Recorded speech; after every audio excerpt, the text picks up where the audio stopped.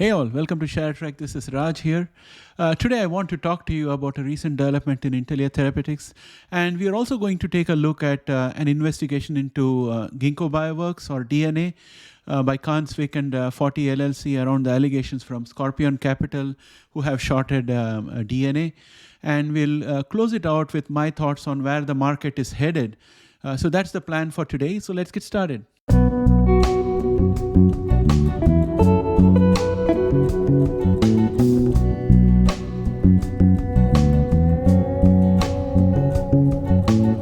Welcome back.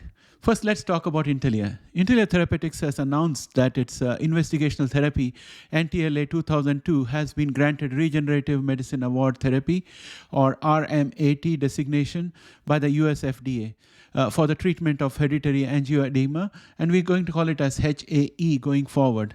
NTLA 2002, an in vivo CRISPR-based therapy, aims to inactivate the target gene, kallikrein B1 or KLKB1, with the potential to prevent life-threatening swelling attacks in HAE patients. The RMAT designation is intended to expedite the development and review of promising therapeutic candidates, including genetic therapies, which are intended to treat, modify, reverse, or cure a serious or life-threatening disease.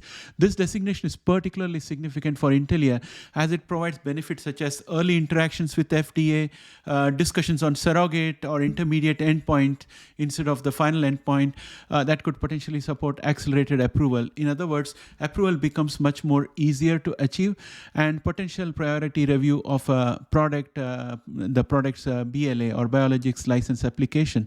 This is because the patients suffering from these diseases could benefit from any kind of hopeful opportunity that's available in terms of a therapy that is proved to be reasonably effective.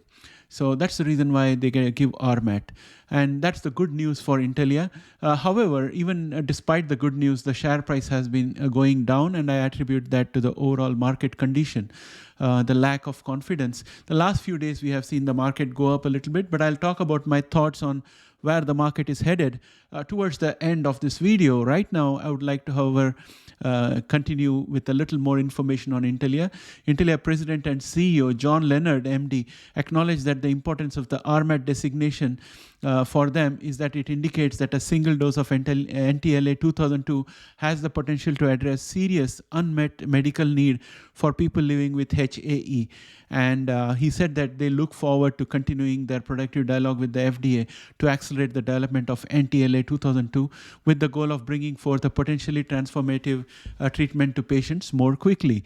Now, when I hear the word more quickly, the question is it going to be within this year? Unfortunately, I still don't have an answer for that, but I'm going to hunt for it and find out some information and potentially address that in the next video that I make on NTLA soon. That said, the RMAT designation marks the third special regulatory designation received by Intellia for NTLA 2002, which was also granted orphan drug designation by the FDA and the Innovation Passport by UK Medicines and Healthcare Products Regulatory Agency. This recognition underscores the potential of NTLA 2002 to revolutionize the treatment of HAE, a rare and debilitating disease that affects an estimated 1 in 50,000 individuals globally. So that rounds up our scoop on Intellia. And next we take a look at Ginkgo Bioworks. And here the news is not good, my friends. Charles C. Forty Jr., former Attorney General of Louisiana and current partner at the law firm Kansvik and Forty, has announced that his firm is launching an investigation into Ginkgo Bioworks Holding Inc. The investigation is focused on whether the officers and or directors of the company breached their fiduciary duties to shareholders or violated the state or federal laws. The investigation was prompted by a report published in October 2021 by market research and researcher and short seller Scorpion Capital, which alleged that the company was a colossal scam and a shell game, highly dependent on related party transaction. The report claimed that the company was engaging in circular revenue flows by making equity investments in related party customers, which were then returned by the purported customers via low-value sham projects. Following the report's publications, the US Department of Justice launched an inquiry into the company. In addition, the company and certain executives were sued in a securities class action lawsuit for allegedly failing to disclose material information during the class period, thereby violating federal securities laws. While the company attempted to dismiss the case, the court denied the motion, allowing the case to proceed forward. And that is bad news for Ginkgo Bioworks. KSF's investigation will seek to determine whether Ginkgo's officers and or directors breached their fiduciary duties to shareholders or otherwise violated state or federal laws. This investigation underscores the serious natures of the allegations made against Ginkgo and highlights the importance of accountability and transparency in the corporate world. Apart from these two scoops, there isn't much news in our watch list of genomic companies. So that kind of brings our news roundup to an end. However, before we wind up, let's quickly take a look at the Fear and Greed Index, and let me share my thoughts about which direction the market is headed. Here we have the Fear and Greed Index, and as you can see, we are in the right bang in the middle of the fear segment of the index.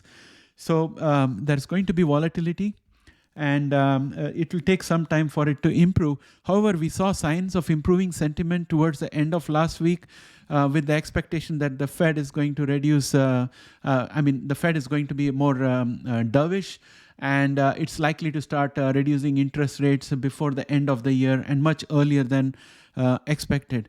So that's the reason why I think that this fear index might move towards neutral during the coming week. And here's what I think about the market overall. I feel that at this point of time, there's a lot of euphoria that the SVB Bank and the Signature Bank problems, and also the problems in the Swiss bank sector, and now we are talking about Deutsche Bank being in some kind of a problem. All these things are going to lead to the Fed being very careful and becoming more dovish, because the calculation is that if the interest rates go up, the bonds market value is going to go down, and that means the bank's finances will look much weaker. And if anybody took a run on any bank, then that bank will have to book the losses by selling those bonds in order to meet the cash requirement, and they will come up short, and that could lead to banks collapsing. So that's the fear that the Fed should have, according to the market. And ergo, because of that fear, the Fed is not going to increase the interest rate much.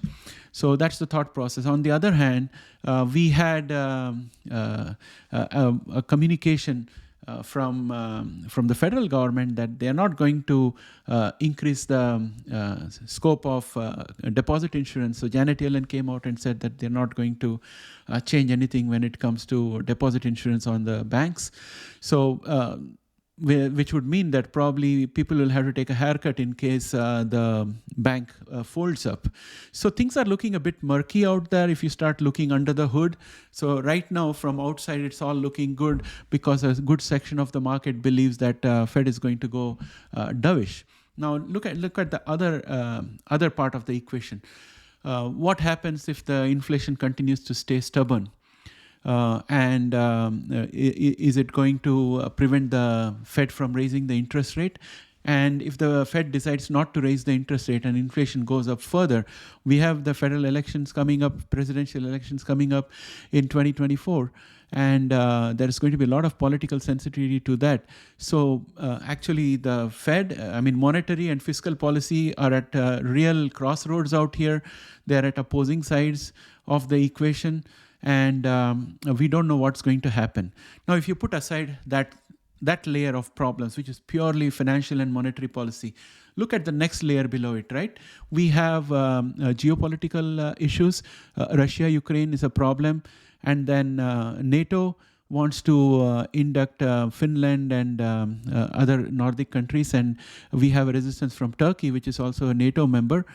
And now what has happened is that the 4 Scandinavian countries have joined together, and they have pooled all their aircraft. They have got into some agreement similar to NATO, in which they will act as one country, and they have around 200 plus fighter jets, and they have enough capability to take on Russia on their own, while Turkey is continuing to create problems for them getting into NATO. And out of the 4 Scandinavian countries, 2 are already NATO members. So this is a new kind of dimension, and it's ratcheting up the geopolitical tensions. And then we had the China-Russia discussion happening in the backdrop of the Russia-Ukraine war. So things are not looking great on the geopolitical front. And then if you were to look at the inflation scenario, we still have a potential of wheat shortage, and we still have potential of sunflower oil shortage thanks to the Russia-Ukraine war. We shouldn't lose sight of that. And that the shortage on those 2 is going to create food inflation, which will percolate into everything else where sunflower oil and wheat is used. So we are talking about pasta becoming expensive. We are talking about bread becoming expensive, cake, cookies, everything becoming expensive, because everywhere you're going to use wheat products and sunflower oil. So those things are also simmering in the bottom. And then we have all the startup companies which are precarious, because with the tight interest rate environment, funding is not coming through, and that can lead to unemployment. So on one hand, we have a risk of getting into recession. And in the backdrop of all these things, frankly to me, when I look at all these things, I think the euphoria in the market is unjustified, and I am looking at taking profits wherever I can when any of my holdings come into the green, and I'll hold the cash with me for some time. So that's my plan at this point of time. Of course, this is not financial advice. This is just me talking about my plans, what I'm planning to do. I would like to hear from you as a fellow investor. I would like to invest from you. I'd like to hear from you about what your plans are for your portfolio. What are you planning to do with the market? What do you think is going to happen? Please put it in the comment below, and really enjoy reading your points of view. With that, I think I would like to bring this video to an end. Thanks, and have a great day. Bye for now.